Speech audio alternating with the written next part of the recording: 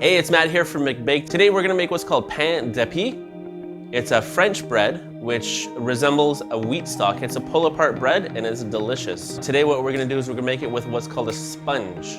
So what the sponge consists of, it's got a half a tablespoon of yeast, it's got a cup of flour, and it's got a cup and a half of water. And what you do is you let that ferment for about an hour, and you can see it's got a lot of bubbles in it, and it smells fantastic. So what that does is it adds a little bit more flavor to your bread, and it tastes delicious.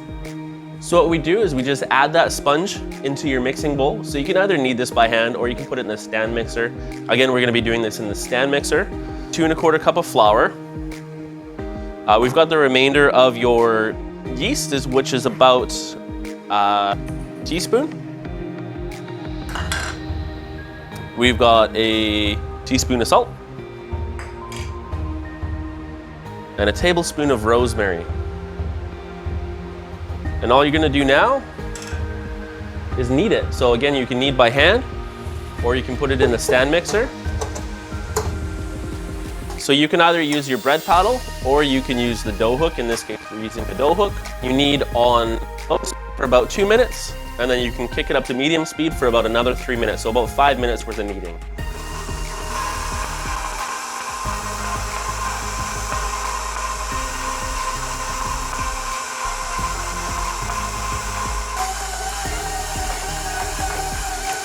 So if the dough is a little bit too sticky, you can add flour to smooth it up. You want to do that about a tablespoon at a time, just until it incorporates and becomes nice and smooth.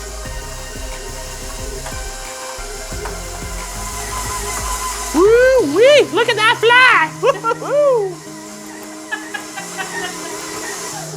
So as you can see, it's a nice, smooth, still a little bit sticky dough.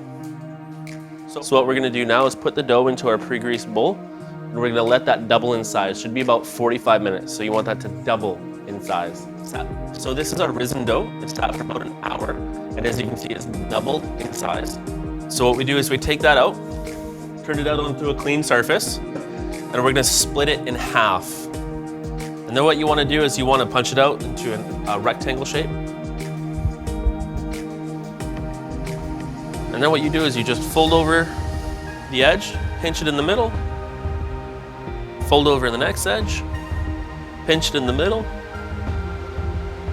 and then fold over together. And now you've got a rough loaf shape.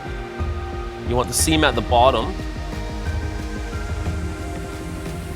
And you pinch the seam together.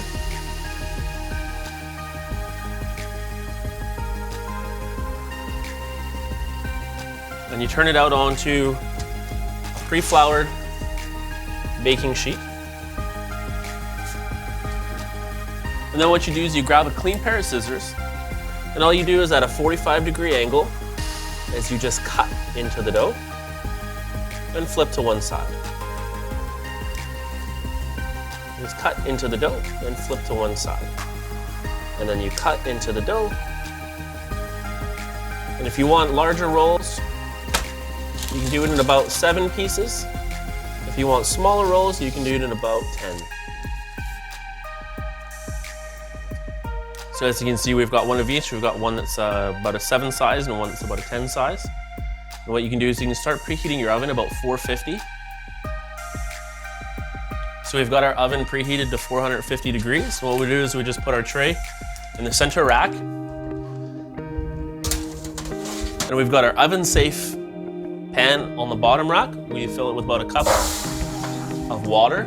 So we fill it with a cup of water, and what that's gonna do is create the steam and keep the outside crunchy and the inside nice and moist. And we'll let that bake for about 20 to 25 minutes, and they'll come out perfectly golden brown. All right, so we're ready to go here. As you can see, they're a nice golden brown. Oh, those look delicious. So once we've done baking, what we do is we put them on our cooling rack, and then they're ready to serve.